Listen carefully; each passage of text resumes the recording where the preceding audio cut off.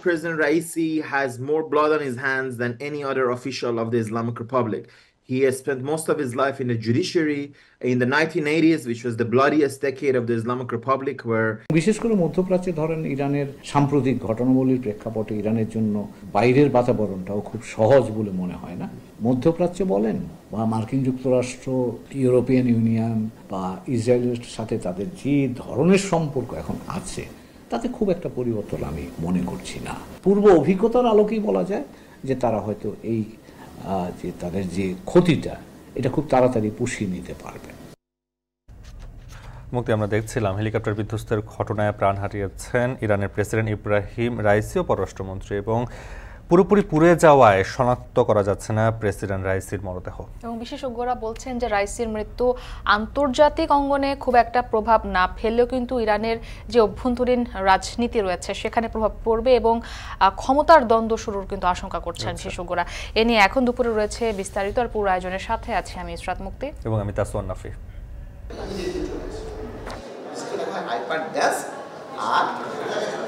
এত স্ট্রং করে আমাদের কি লাভ হলো আমরা যদি একটা ইন্টারন্যাশনাল রিকগনিশন না পাই? পড়াশোনার মোটিভেশনটাকে যেমন এফেক্ট করছে তেমনি আমাদের ভবিষ্যৎকেও কিন্তু একটা খুবই সমস্যার মধ্যে ফেলে দিচ্ছে। সেটা তো ওয়ার্ল্ড ফেডারেশন ফর মেডিকেল এডুকেশনের স্বীকৃতিপ্রাপ্ত না, অতএব তুমি আবেদনই করার যোগ্য না। অনেক বেশি প্রাইভেট মেডিকেল কলেজ তৈরি করে ফেলেছি, তার মান নিয়ে কিছুটা সন্দেহ আছে। মেডিকেল শিক্ষার ভেতরের মান সংরক্ষণের বিষয় সেটাও খুব ঢিলে ঢালা। আমরা একসাথে সব করতে পারবো না, আমরা যদি কয়েকটা মেডিকেল কলেজকে ভাগ ভাগ করে আমরা করি তাহলে হয়তো আমরা সাকসেসফুল হব। ইন্ডিয়া যদি করতে পারে, নেপাল যদি করতে পারে, আমরা কেন? পাকিস্তানও করতে, তাহলে আমরা কেন পারবো না? রাফি, উচ্চ মাধ্যমিকের পর কোনো শিক্ষার্থীকে যদি প্রশ্ন করা হয় সে কি হতে চায়, প্রথম প্রশ্নই কিন্তু আসে যে তিনি চিকিৎসা সেবায় নিজেকে নিয়োজিত করবেন। কিন্তু দেশে এতগুলো মেডিকেল কলেজ রয়েছে, তার মধ্যে দুঃখজনক হলেও সত্যি যে বিশ্ব স্বাস্থ্য সংস্থার স্বীকৃতি নেই একটি মেডিকেল কলেজেরও। এবং এখন প্রশ্ন হচ্ছে, এই যে বিশ্ব স্বাস্থ্য সংস্থার কোনো স্বীকৃতি নেই, এর অভাবে যে দেশের হাজার হাজার চিকিৎসক রয়েছেন তাদের যে বিদেশে গবেষণা এবং উচ্চশিক্ষা, সে দুয়ারটা কি আসলে বন্ধ হয়ে যাবে কিনা?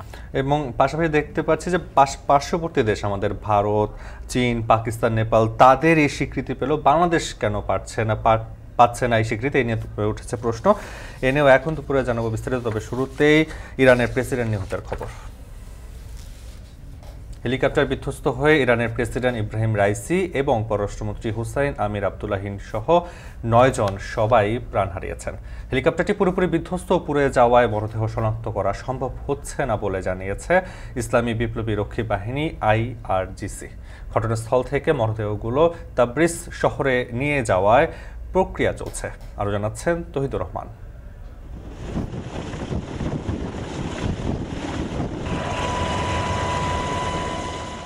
হেলিকপ্টার দুর্ঘটনার অন্তত 18 ঘন্টা পর সোমবার সকালে জানা গেল আর বেঁচে নেই ইরানের প্রেসিডেন্ট ইব্রাহিম রাইসি। এমনকি তার সঙ্গে থাকা দেশটির পররাষ্ট্রমন্ত্রী হুসাইন আমির আবদুল্লাহিয়ান এবং পূর্ব আজারবাইজান প্রদেশের গভর্নর মালেক রহমাতি সহ 9 জন আরোহীর সবাই প্রাণ হারিয়েছেন। ইসলামী বিপ্লবী রক্ষী বাহিনী IRGC বলছে, রাতভর তল্লাশি অভিযান শেষে হেলিকপ্টারের ধ্বংসাবশেষ পাওয়া গেছে, আর আরোহীদের সবার মরদেহ সম্পূর্ণ পুড়ে যাওয়ায় কাউকেই শনাক্ত করা যাচ্ছে না। ঘটনাস্থল থেকে মরদেহগুলো সরিয়ে তাবরিজ শহরে নিয়ে যাওয়ার প্রক্রিয়া চলছে। তাদের প্রাণহানিতে রাষ্ট্রীয়ভাবে শোকও ঘোষণা করা হয়েছে।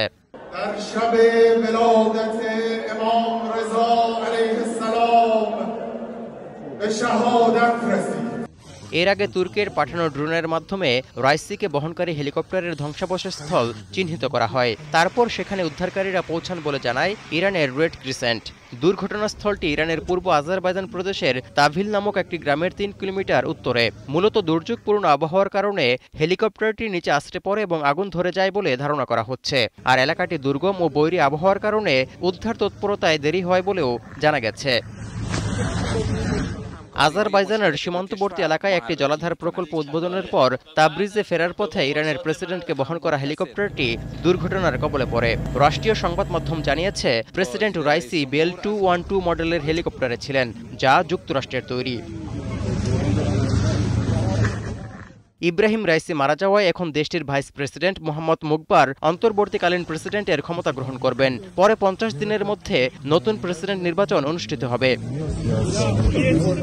তৌহিদুর রহমান, এখন বিশ্ব। হেলিকপ্টার বিধ্বস্ত হয়ে ইরানের প্রেসিডেন্ট ইব্রাহিম রাইসির আকস্মিক মৃত্যুর ঘটনায় হতবাক পুরো বিশ্ব। ইরানের রাষ্ট্রীয় সংবাদ মাধ্যমগুলোর শিরোনাম, দেশের জন্য কাজ করতে গিয়ে শহীদ হয়েছেন রাইসি। সমবেদনা আর উদ্বেগ প্রকাশ করছে বিশ্বের বিভিন্ন দেশ। যদিও এই ঘটনায় মার্কিন এক সিনেটরের মন্তব্য, বিশ্ব এখন অনেক বেশি নিরাপদ হয়েছে। এই ঘটনার মধ্য দিয়ে ইরানে ভয়ঙ্কর ক্ষমতার লড়াই শুরু হবে বলে আশঙ্কা করছেন বিশ্লেষকরা। ইশিতা ব্রহ্মের প্রতিবেদন।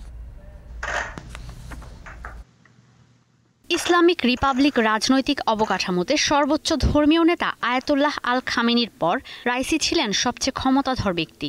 হঠাৎ তার মৃত্যুতে হতবাক মধ্যপ্রাচ্য। এই ঘটনায় শোক জানিয়ে একে মর্মান্তিক উল্লেখ করেছেন ভারতের প্রধানমন্ত্রী নরেন্দ্র মোদী। যার যার মতো উদ্ধার কাজে সহযোগিতায় এগিয়ে এসেছে সৌদি আরব, ইরাক, মিশর সহ মধ্যপ্রাচ্যের অনেক দেশ। সমবেদনা জানিয়েছেন পাকিস্তানের প্রধানমন্ত্রী শেহবাজ শরীফ। একদিনের রাষ্ট্রীয় শোক ঘোষণা করেছে পাকিস্তান। এই ঘটনায় উদ্বেগ প্রকাশ করেছে পশ্চিমা বিশ্ব।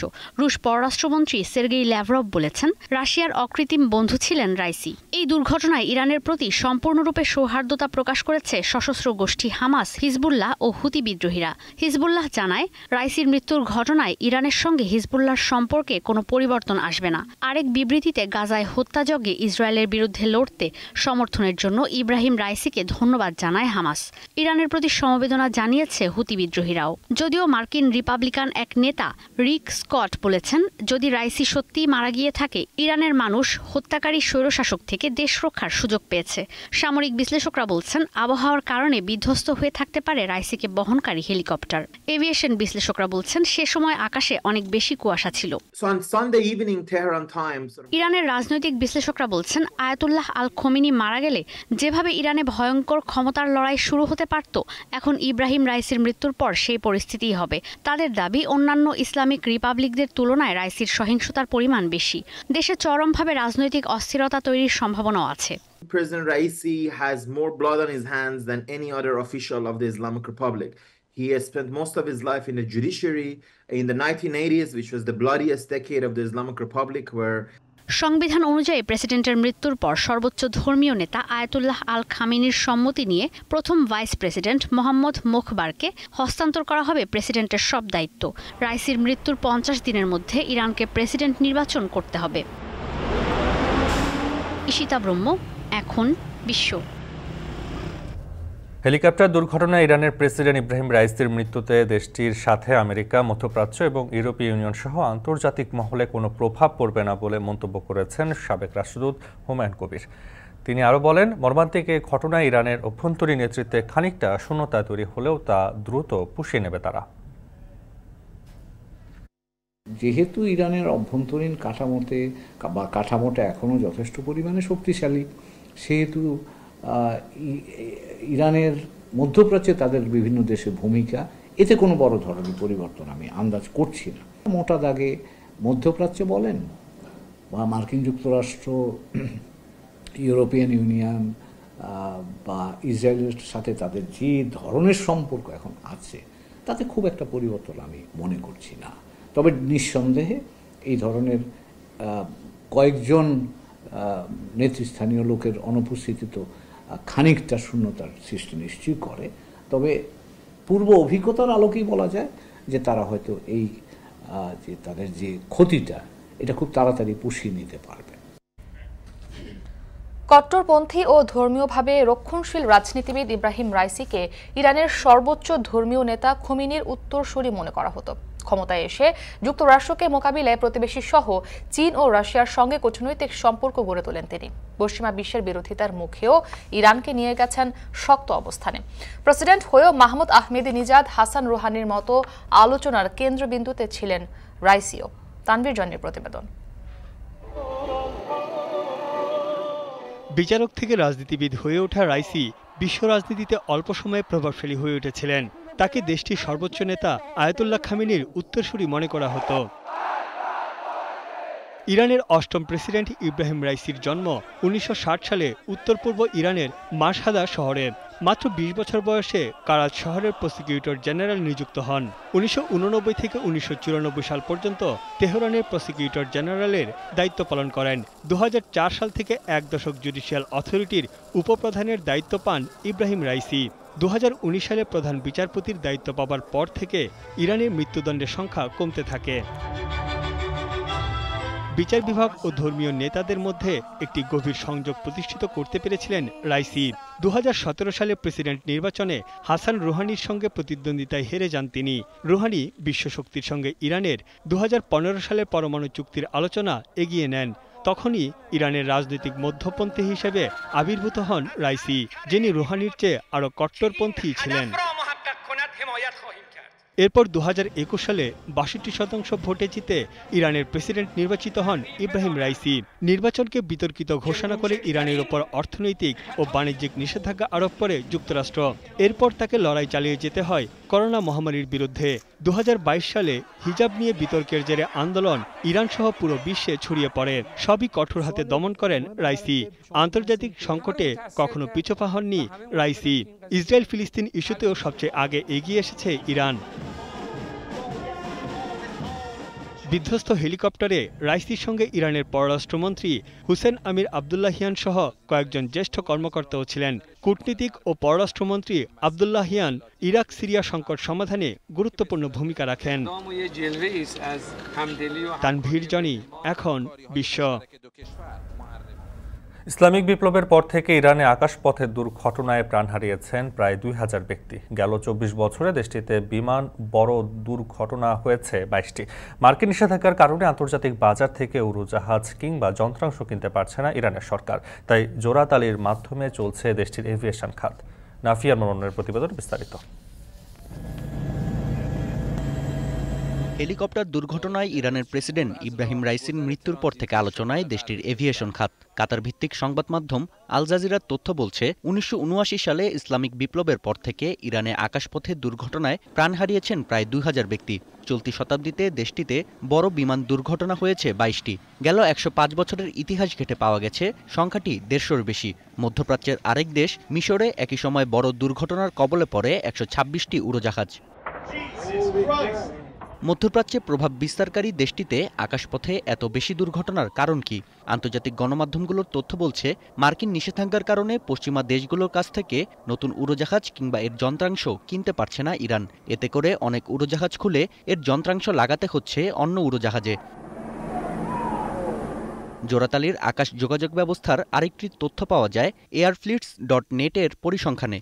ইরান এয়ার কিংবা মাহান এয়ারের মতো বড় এয়ারলাইন্সগুলোর উড়োজাহাজ দেশটিতে সেবা দিয়ে আসছে গড়ে ২০ থেকে ৩০ বছর ধরে। তাই যুগের সঙ্গে তাল মেলাতে গিয়ে বারবারই হোঁচট খাচ্ছে ইরানের উড়োজাহাজ ব্যবস্থা।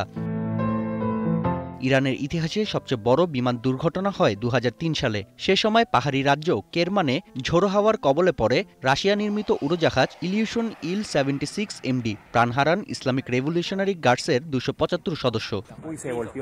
নাফিয়া আরমান মনন, এখন বিশ্ব। ১১ বছরে যুক্তরাষ্ট্রের সঙ্গে বাণিজ্য সমতার জন্য করা টিকফা চুক্তির তেমন কোনো সুবিধাই নিতে পারেনি বাংলাদেশ। উল্টো শ্রমমান নিয়ে প্রতিনিয়তই প্রশ্ন তুলে চাপে রাখছে যুক্তরাষ্ট্র। তাহলে সমাধান কি?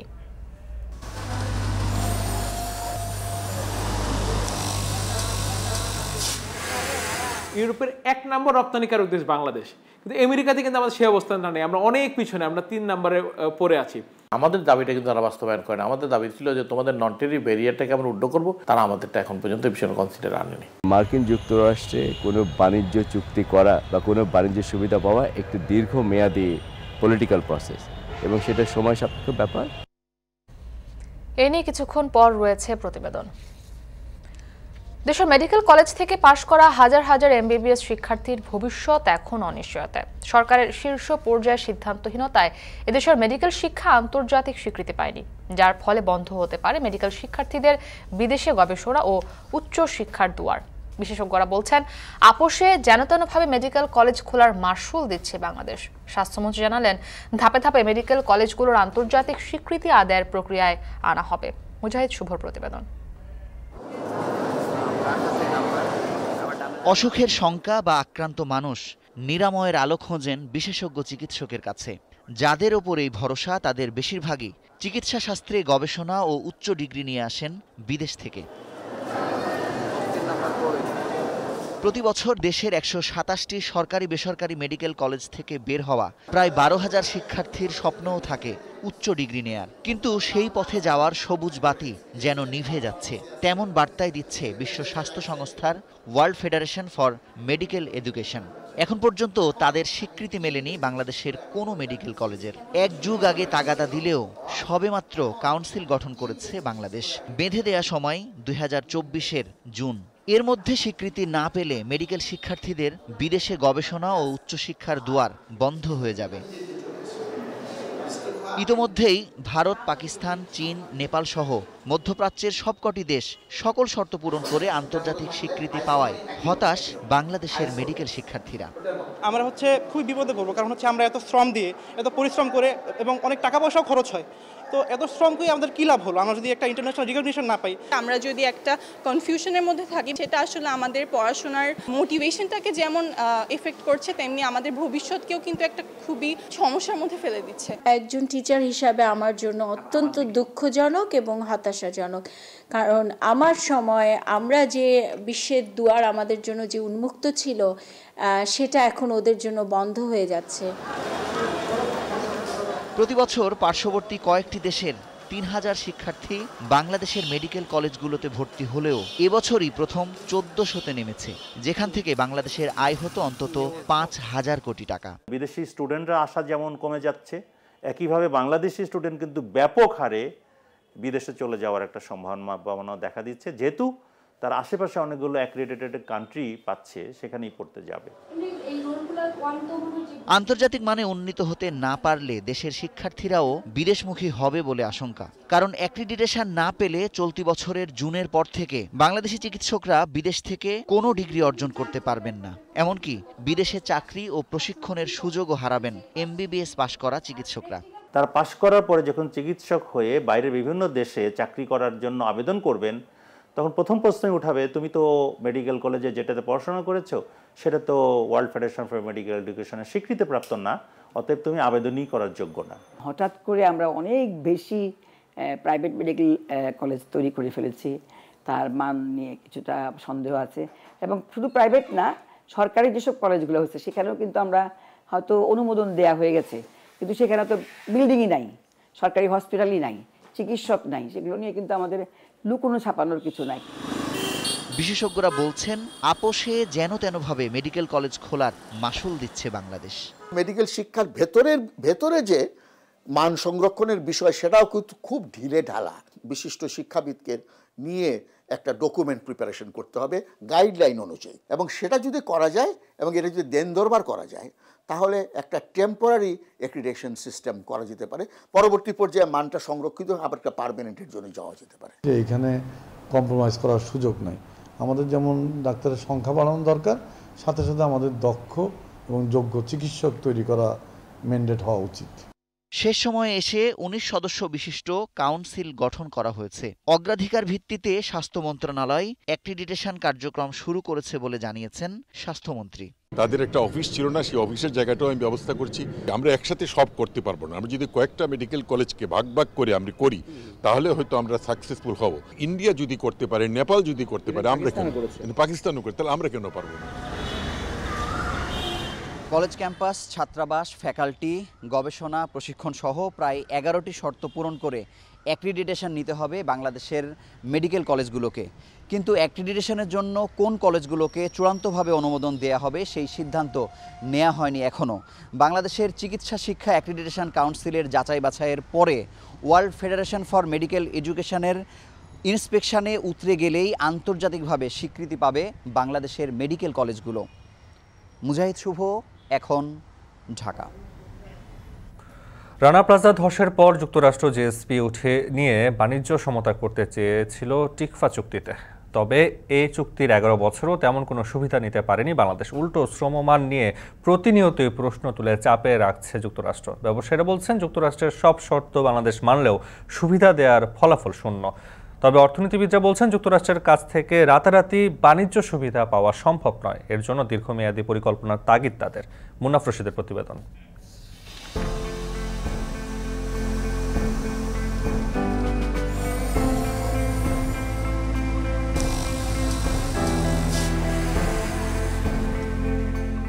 দেশের তৈরি পোশাক খাতের ইতিহাস প্রায় 4.5 দশকের। 70 দশকের শেষের দিকে দেশের তৈরি পোশাক প্রথম রপ্তানি হয় ফ্রান্সে। মাত্র 10,000 পিস শার্টের ওই চালানের দাম ছিল 1,30,000 ফ্রাঁ, বর্তমান টাকার অঙ্কে যা 23,40,000। মাত্র 23 লাখ টাকার বাজার প্রায় 4.5 দশকে এখন দেশের শীর্ষ রপ্তানি খাত, যার আকার 4,699 কোটি 16 লাখ মার্কিন ডলার। তৈরি পোশাকের সবচেয়ে বড় গন্তব্য ইউরোপ ও যুক্তরাষ্ট্র। তবে এ বাজারে প্রবেশ করাটা ছিল না খুব একটা সহজ। বাজার ধরার সে লড়াইয়ে ছিল ক্রেতাদের নানা শর্তের বেড়াজাল, যা পোশাক রপ্তানির 46 বছরেও কমেনি, বরং বদলেছে এর ধরন, বেড়েছে শর্তের তালিকা। শর্ত মানলেও কাঙ্ক্ষিত সুবিধা দিতে যুক্তরাষ্ট্রের যেন বরাবরই অনীহা। দোহা নীতি অনুযায়ী স্বল্পোন্নত দেশগুলোর 97% পণ্যে শুল্কমুক্ত সুবিধা বা জিএসপি দিয়ে থাকে যুক্তরাষ্ট্র। তবে বাংলাদেশের তৈরি পোশাকে তা কখনোই মেলেনি। উল্টো শ্রমমান, কর্মপরিবেশ ও নিরাপত্তার দোহাই দিয়ে 2013 সালে রানা প্লাজা ট্র্যাজেডির পর যেসব পণ্যে জিএসপি ছিল তাও উঠিয়ে নেয় যুক্তরাষ্ট্র। তবে সেই ক্ষতি কাটিয়ে দুই দেশের বাণিজ্য ও অর্থনৈতিক সম্পর্ক আরও জোরদারের জন্য সে বছরের নভেম্বরে সই হয় আলোচিত টিকফা চুক্তি। কিন্তু 11 বছরও সেই চুক্তির কি কোনো সুবিধা নিতে পেরেছে বাংলাদেশ? $3-4 বিলিয়ন থেকে $9-10 বিলিয়ন আমরা উন্নতি করেছি আমেরিকান মার্কেটে। আমেরিকান টোটাল মার্কেট হলো $36 বিলিয়ন মার্কেট, অ্যাপারেলস মার্কেটটা। সেখানে বাংলাদেশের মার্কেট এফটিআই চুক্তি না থাকা সত্ত্বেও আমরা 9 বিলিয়ন করছি, আর ভিয়েতনাম তার এফটিআই চুক্তি থাকা সত্ত্বেও আমাদের সমান, কিন্তু তারা আমাদের সমানই করছে আমেরিকাতে। তাহলে কি আপনি বাংলাদেশের অ্যাপারেল সেক্টর কি ব্যর্থ বলবেন? কোনো দিনই না। জিএসপি সুবিধা আমেরিকা পাচ্ছি না, সম্পূর্ণ রাজনৈতিক সিদ্ধান্ত। এটা আমাদের টেক্সটাইল বা অ্যাপারেলস বা টেক্সটাইলের এখানে আমাদের কোনো ব্যর্থতা নেই। আমরা তাদের তুলা ইম্পোর্টটাকে সহজীকরণ করছি, কিন্তু তারা আমাদের কাপড় নেওয়াটাকে সহজীকরণ করছে না। ইউরোপের 1 নম্বর রপ্তানিকারক দেশ বাংলাদেশ, কিন্তু আমেরিকাতে কিন্তু আমাদের সেই অবস্থানটা নেই। আমরা অনেক পিছনে, আমরা 3 নম্বরে পড়ে আছি। ফলে যদি আমরা ডিউটি ফ্রি এক্সেসটা পাই, তাহলে আমরা নিঃসন্দেহে আমেরিকাতে 1 নম্বর পজিশন নিতে পারবো। তবে যুক্তরাষ্ট্র থেকে আমদানি করা তুলা দিয়ে যেসব পোশাক তৈরি হয়, সেসব পোশাকে শুল্কমুক্ত সুবিধা পেতে দীর্ঘদিন ধরে দাবি জানিয়ে আসছে বাংলাদেশ। তাদের প্রস্তাব অনুযায়ী যুক্তরাষ্ট্র থেকে আমদানির পর বন্দরে তুলা ফিউমিগেশন পদ্ধতি বা বিষ বাষ্পীকরণের বাধ্যবাধকতা তুলে নেয়ার পর আমদানিও বেড়েছে। পাশাপাশি শত শত কোটি টাকা সাশ্রয় ও বন্দরে 5 দিন অপেক্ষার অবসান হয়েছে আমদানিকারকদের। বাংলাদেশ টেক্সটাইল মিলস অ্যাসোসিয়েশনের তথ্য অনুযায়ী 2 বছর আগে বাংলাদেশে যুক্তরাষ্ট্রের তুলার বাজার হিস্সা ছিল 9%। ফিউমিগেশন পদ্ধতি বাতিলের পর এখন তা প্রায় 14% উন্নীত হয়েছে। তাহলে শুল্কমুক্ত সুবিধা দিতে বাধা কিসে? আমাদের দাবিটা কিন্তু তারা বাস্তবায়ন করে না। আমাদের দাবি ছিল যে তোমাদের নন টেরিফ ব্যারিয়ারটাকে আমরা উড্ড করব, কিন্তু শুধু আমেরিকান পণ্য দিয়ে যে মাল আমরা উৎপন্ন করবো সেটার উপরে তোমরা ফুল ডিউটি উড্ড না করো, এফটিএ না করো, ডিউটিটাকে রেয়ার দেওয়া হোক। তাতে করে আমেরিকান তুলার তোমাদের মার্কেটিংটা, বাজারটা ভালো হবে। এটা নিয়ে আমরা দীর্ঘদিন কিন্তু আলোচনা করে আসছি, কিন্তু তারা আমাদেরটা এখন পর্যন্ত ভীষণ কনসিডার আনেনি। ঢাকায় সবশেষ টিকফা বৈঠকেও ইপিজেডে ট্রেড ইউনিয়ন বাস্তবায়ন, শ্রম অধিকার লঙ্ঘন করলে কারখানার মালিকদের বিরুদ্ধে ব্যবস্থা নেওয়া সহ দেশের শ্রম অধিকার নিয়ে দেয়া হয় 11 দফা কর্মপরিকল্পনা। তবে যুক্তরাষ্ট্রের কাছ থেকে রাতারাতি বাণিজ্য সুবিধা পাওয়া সম্ভব নয় বলে মনে করেন অর্থনীতিবিদরা। এই জন্য প্রয়োজন দীর্ঘমেয়াদী পরিকল্পনা। টিকফার আলোচনাটা থেকে সত্যিকার অর্থে আমরা সেরকম কোনো সুবিধা এখন পর্যন্ত কিন্তু পাই না, এটা আমাদেরকে মনে রাখতে হবে। বাংলাদেশে অবশ্যই গার্মেন্টসের ক্ষেত্রে কর্মপরিবেশ বা শ্রমের পরিবেশের উন্নতি হয়েছে, এ ব্যাপারে কোনো সন্দেহ নাই। সেটাকে কাজে লাগিয়ে আমাদের কিন্তু এই আলাপ আলোচনাটা কিন্তু চালিয়ে নিতে হবে। মার্কিন যুক্তরাষ্ট্রে কোনো বাণিজ্য চুক্তি করা বা কোনো বাণিজ্য সুবিধা পাওয়া একটি দীর্ঘমেয়াদী পলিটিক্যাল প্রসেস এবং সেটা সময় সাপেক্ষ ব্যাপার। এবং আমাদের কিছু মনে হয় যে এই মুহূর্তে যেটা দরকার, প্রোঅ্যাক্টিভ এঙ্গেজমেন্ট তাদের সঙ্গে অত্যন্ত গুরুত্বপূর্ণ, আলোচনা চালিয়ে যাওয়া, এবং সেখান থেকে কোনো একটা সময় হয়তো এই সুবিধাটা আমরা পেতে পারি আর কি। 15.62% শুল্ক থাকা সত্ত্বেও মার্কিন যুক্তরাষ্ট্রে বাংলাদেশের প্রধান রপ্তানি পণ্য তৈরি পোশাক, যা যুক্তরাষ্ট্র থেকে আসা আয়ের 90% বেশি। চলতি অর্থবছরের প্রথম 8 মাসে বাজারে প্রায় $5.5 বিলিয়ন পোশাক রপ্তানি হয়েছে। মুন্নাফ রশিদ, এখন, ঢাকা। এখন দুপুরে নিচ্ছি একটি ছোট্ট বিরতি, ফিরছি একটু পরেই।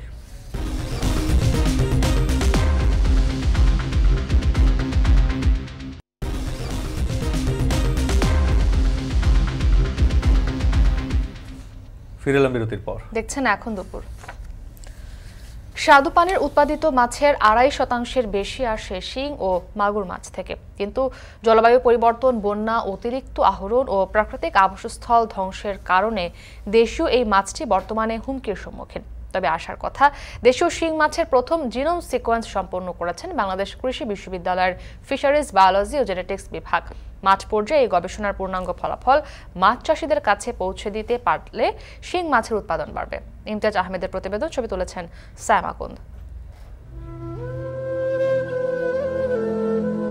নদী এখন মরা খাল, আর বিলগুলো চাষাবাদে হয়েছে ফসলের মাঠ। বিলের পানিতে শৈশবের এই দুরন্ত দস্যুপনায় মাছ ধরার আনন্দ অনেকটাই ধূসর স্মৃতিতে।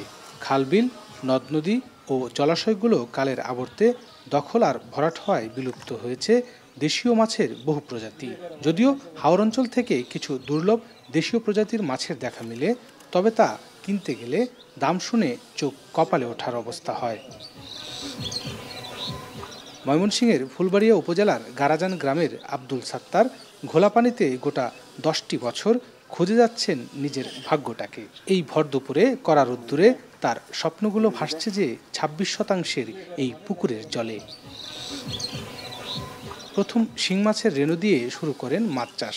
এরপর পালাক্রমে 4 বার ভাইরাসের আক্রমণে মরেছে মাছ। জলে গেছে প্রায় 10 লাখ টাকা। মাছ চাষের পাশাপাশি ছোটখাটো ব্যবসা পরিচালনা করে আসলেও করোনায় তাও খুইয়েছেন। এবার 40,000 টাকায় পুকুর লিজ নিয়ে 1 লক্ষ টাকা খরচ করে ছেড়েছেন শিং মাছের পোনা। এবারও ভাইরাসের আক্রমণ। পুকুর আমার গত বছর প্রায় 3 লক্ষ টাকার মতো লস এভারেজ। এরপরে পুকুর ভাড়া নিয়ে লিজ নিয়েছি, লিজের টাকা দিতে হয়, বিদ্যুৎ বিল সব মিলিয়ে অনেকটা টাকা ক্ষতিগ্রস্ত আমি। মুক্তাগাছার উপজেলার পোড়াবাড়ি গ্রামের আব্দুল মালেক মিয়ার রামিম মৎস্য খামার।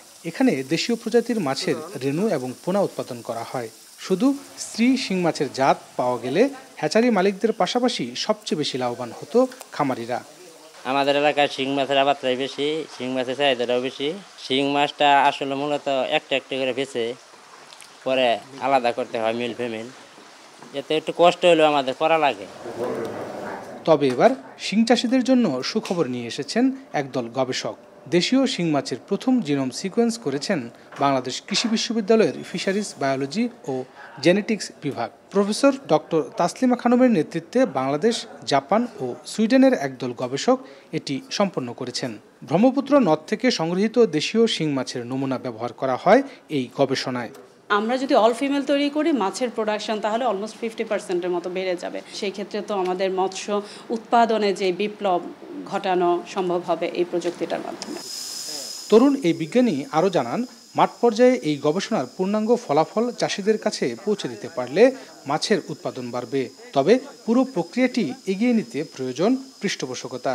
অবকাঠামোগত কিছু সুযোগ সুবিধা দরকার, ফাইন্যান্সিয়াল কিছু সুযোগ সুবিধা দরকার, যেটার মাধ্যমে হলো আমি আমার এই টেকনোলজিটাকে ফার্মার লেভেলে নিয়ে যেতে পারবো। এদিকে জেলা মৎস্য কর্মকর্তা জানান, শিংসহ দেশীয় বিলুপ্ত মাছ উৎপাদন বাড়াতে প্রান্তিক পর্যায়ে নিয়মিত কাজ করে যাচ্ছেন তারা। বেশি ঘনত্বে যদি মাছ চাষ করতে পারি তাহলে চাষি ভাইরা যে বিদ্যুৎ খরচ হচ্ছে এবং যে খাদ্য খরচ হয় ওই তুলনায় তাদের উৎপাদনটা বেড়ে যাবে। ফলে তাদের যে লস হয়ে যাচ্ছে, যে বিদ্যুৎ এবং খাদ্যের যে অতিরিক্ত খরচ হয়, এটা শিং মাছ চাষ করে আমি মনে করি তারা দ্রুত সহসা লাভবান হতে পারবে। 2020-21 সালের পরিসংখ্যান অনুযায়ী স্বাদুপানির মোট উৎপাদিত মাছের 2.52% আসে শিং ও মাগুর মাছ থেকে। কিন্তু জলবায়ু পরিবর্তন, বন্যা, অতিরিক্ত আহরণ ও প্রাকৃতিক আবাসস্থল ধ্বংসের কারণে দেশীয় এই মাছটি বর্তমানে হুমকির সম্মুখীন। ইমতিয়াজ আহমেদ, এখন, ময়মনসিংহ। ইলিশসহ সামুদ্রিক মাছের সুষ্ঠু প্রজনন ও উৎপাদন বাড়াতে শুরু হয়েছে 65 দিনের নিষেধাজ্ঞা বাস্তবায়নে তৎপর প্রশাসন ও মৎস্য বিভাগ। তবে সাগরে যখনই ইলিশ ধরা পড়তে শুরু করেছে তখন এমন নিষেধাজ্ঞায় হতাশ জেলেরা। এ সময় প্রণোদনার চাল দেয়া হলে তা পর্যাপ্ত নয় অভিযোগ অনেকের। এছাড়া সাগরে নিষেধাজ্ঞার শুরুর প্রথম দিনেই প্রভাব পড়েছে বাজারে। সহকর্মীদের পাঠানো তথ্য ছবিতে সাদাত শাহেদের প্রতিবেদনে বিস্তারিত। সাগরে মাছ ধরায় নিষেধাজ্ঞা শুরু হওয়ায় সারি সারি নোঙর করে রাখা হয়েছে ট্রলার। নিষেধাজ্ঞা পালনে ঘরে ফিরেছেন বরগুনার জেলেরা। 65 দিনের দীর্ঘ নিষেধাজ্ঞার কারণে হাতে অখণ্ড অবসর। তাই কেউ বুনতে শুরু করেছেন নতুন জাল, আবার কেউ মেরামত করছেন পুরানো জাল, আবার কেউ সারিয়ে নিচ্ছেন জীবিকার বাহন পুরাতন ট্রলার। তবে মাছ ধরা বন্ধ থাকায় বন্ধ হচ্ছে উপার্জন, তাই দুশ্চিন্তায় সময় কাটছে তাদের। জেলায় নিবন্ধিত ৪৬,২১৩ জন জেলে থাকলেও ২৭,২৫০ জন জেলেকে আনা হয়েছে প্রণোদনার আওতায়। তবে তাদের অভিযোগ, প্রণোদনার এই চাল পর্যাপ্ত নয়। আমাদের যে চাউল দিতেছে তাদের আমাদের জালিয়াদের তাতে হয় না। চাউল ধরেন ৮০ কেজি চাউল আসে, সেখানে চাউল হয় ৫০ কেজি, ৪০ কেজি, ৩৫ কেজি চাউল হয়। টাকা নিয়ে খাইছি, মানে দিতে পারি না, আমরা ঋণ হয়ে গেছি। অবরোধ চলতেছে, মাছ খুবই কম, আমরা ব্যবসায়ীরা খুব লসের উপরে আছি। সরকার যখন আইন করছে, আইন আমরা মানছি এবং সবাইকে বললে দিছি যে যাতে কেউ সাগরে না যায়। এবার সাগরে কেউ যাবে বলে আমার মনে হয় না, তারপর আমি বিশ্বাস করি না। কারণ হচ্ছে যদি কোনো রকমের প্রশাসনের দিক থেকে একটু দুর্বলতা পায় তাইলে ট্রলার রাখা সম্ভব হবে। নিষেধাজ্ঞা শুরু হওয়ায় মধ্যরাতের আগেই সমুদ্র থেকে উপকূলে ফিরেছে কক্সবাজারের প্রায় ৫,০০০ ট্রলার। শহরের বাঁকখালী নদীতে নোঙর করে রাখা হয়েছে শত শত ট্রলার। সাগরে যখনই ইলিশ ধরা পড়তে শুরু করেছে তখনই নিষেধাজ্ঞা শুরু হওয়ায় কিছুটা হতাশ এই অঞ্চলের জেলেরা। সময় তখন ঘরে বসে থাকতে হবে, বর্ষাকাল আর জামুক আমরা তো জাইলা কাজ করি। এমন সময় ইলিশের দেখা পাচ্ছি যে সময় আবার ৬৫ দিন কি নিষেধাজ্ঞা। এদিকে নিষেধাজ্ঞা বাস্তবায়নে সমুদ্রে অভিযান শুরু করেছে মৎস্য বিভাগ। এরই মধ্যে একটি ট্রলারকে জরিমানা করা হয়েছে এবং জব্দ করা হয়েছে জাল। সাগরে নিষেধাজ্ঞার প্রভাব পড়তে শুরু করেছে মাছের বাজারে। সরবরাহ কম থাকায় বরিশালের বাজারে বেড়েছে ইলিশের দাম। ১.৫ কেজি ওজনের প্রতি মণ ইলিশ বিক্রি হচ্ছে ১.৫ লাখ টাকায়, আর ১ কেজি ওজনের ইলিশ বিক্রি হচ্ছে প্রতি মণ ৯০,০০০ থেকে লাখ টাকায়। সাথে বেড়েছে অন্য প্রায় সব ধরনের মাছের দামও। বেচা কিনা নাই বললেই চলে, একেবারে আমাদের শূন্য কোঠাই চলে। এত বড় একটা ফার্ম, তার মাছ হয় ৫০ কেজি ১০০ কেজি মাছ হয়। জ্বর বন্যা হইতো তাহলে মোটামুটি কথায় মাছটা উঠতে আসতো আমাদের লোকালে। কারণ আমাদের লোকালের জোবা আছে, যদি মাছ কিছু আসে ২-৩ দিন ৫-৭ দিন পর কিছু মাছ লোকালে আমদানি হয়। দেশের অন্যতম বড় পাইকারি ইলিশের বাজার চাঁদপুর বড় স্টেশন মাছঘাট। গেল কয়েক বছর যাবৎ স্থানীয় পদ্মা মেঘনায় কাঙ্ক্ষিত মাছ না পাওয়ায় সমুদ্র ও উপকূলীয় অঞ্চলের ইলিশের উপর নির্ভর করে বাজারটি। ফলে নিষেধাজ্ঞার কারণে বিপাকে পড়েছেন এই বাজারের মাছ ব্যবসায়ীরা। আমাদের মধ্যবিত্তের জন্য কষ্ট হয়ে যাচ্ছে মাছ কেনার জন্য। প্রতি কেজি মাছের দাম ২২০০-২৩০০ করে পড়তেছে। যা দেখতেছি এখন এটা নাগালের বাইরে। সমুদ্রের মাছটা দিয়ে কিন্তু কিছুটা চাহিদা মেটানো যেত মানুষ, সাধারণ মানুষ, কিন্তু এখন বর্তমানে ওই অভিযান থাকার কারণে মাছের দামটা একটু বাইরে যেতেছে। উপকূলীয় ১৯ জেলাসহ সারা দেশে নিবন্ধিত জেলের সংখ্যা ১৮ লাখের বেশি। এর বাইরেও কয়েক লাখ জেলে সরাসরি মৎস্য শিকার করে জীবিকা নির্বাহ করে। সাদাত শাহেদ, এখন দুপুরে নিচ্ছে আরো একটি ছোট্ট বিরতি। ফিরছি একটু পরেই।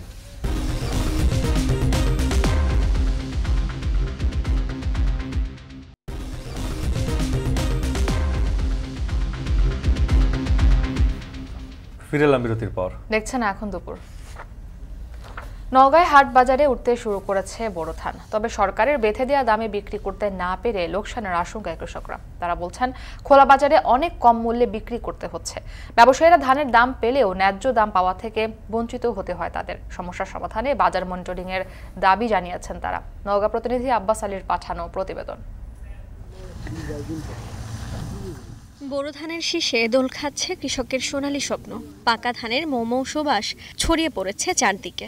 মাঠে মাঠে ধান কাটা আর মাড়াইয়ের ধুম।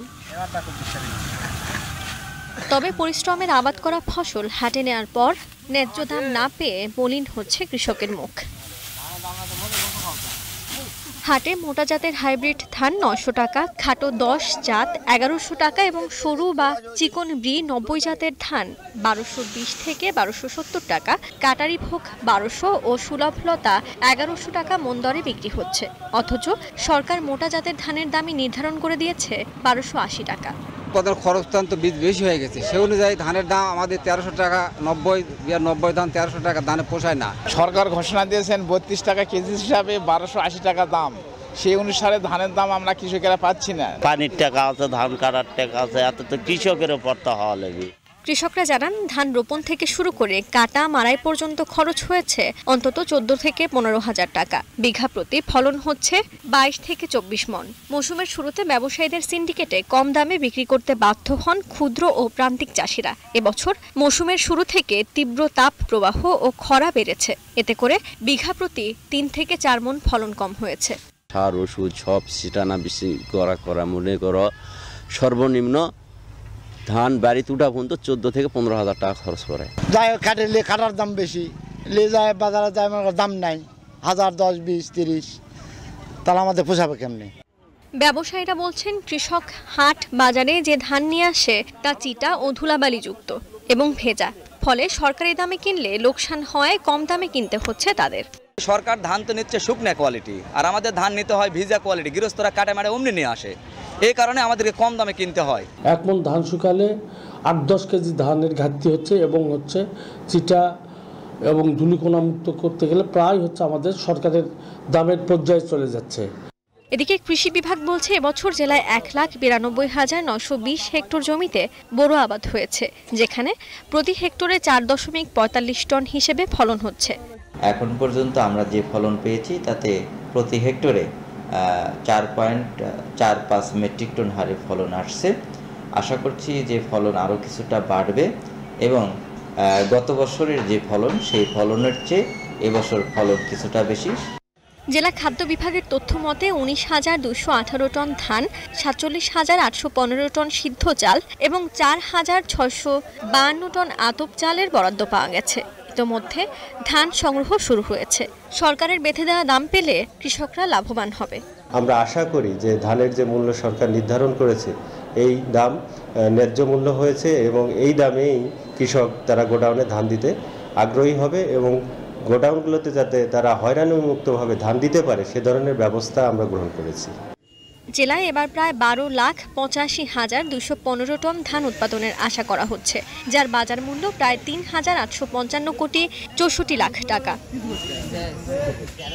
এখন নওগাঁ। ঈদুল আজহাকে সামনে রেখে ঝালকাঠির খামারগুলোতে চলছে কোরবানির পশুর পরিচর্যা। তবে গোখাদ্যের দাম বাড়ায় সঠিক দাম পাওয়া নিয়ে চিন্তিত খামারিরা। প্রাণী সম্পদ বিভাগ বলছে জেলায় এবার চাহিদার চেয়ে বেশি পশু প্রস্তুত আছে। আলামিন তালুকদারের প্রতিবেদনে বিস্তারিত। ঝালকাঠির ছোট বড় সব খামারে এখন কোরবানির পশু পরিচর্যার ব্যস্ততা। নিয়মিত খাবার দেয়া, গোসল করানো সহ চলছে চিকিৎসক দিয়ে নানা পরীক্ষা নিরীক্ষা। ঈদুল আজহাকে সামনে রেখে সারা বছর ধরে পশু লালন পালন করছেন খামারিরা। দেশি পদ্ধতিতে মোটাতাজাকরণ করায় এ অঞ্চলের পশুর চাহিদা বেশি। খামারিরা জানান এবছর পশুখাদ্যের দাম বেশি হওয়ায় খরচও বেড়েছে, তাই সঠিক দাম পাওয়া নিয়ে শঙ্কায় তারা। সকাল বিকাল 2 বার খাওয়া দাওয়া করাই এবং গোসল করাই, তারপরে ঘাস আছে নিজেদের, ঘাস ভুসি এইটাই খাওয়াই। কিছু ফিট খাবার এগুলো আমরা দেই, আর বিশেষ করে আমরা অন্য কোনো পদ্ধতি ব্যবহার করি না, যেটা আমরা দেশি হিসাবে এইটাই ব্যবহার করি। খামারিরা বলছেন ঈদের আগে বিদেশি গরু না আসলে লাভের মুখ দেখবেন তারা। এদিকে পশু মোটাতাজাকরণে ক্ষতিকর ওষুধ ব্যবহার বন্ধে মাঠ পর্যায়ে তদারকি বাড়িয়েছেন প্রাণী সম্পদ বিভাগ। যদি ইন্ডিয়ান গরু বা অন্যান্য দেশ থেকে বাংলাদেশে গরু আমদানি বন্ধ করা যায় তাহলে আমাদের দেশের দেশীয় খামারিরা আরও বেশি লাভবান হবে এবং আমাদের দেশীয় গরুর চাহিদা আরও সব জায়গায় বৃদ্ধি পাবে।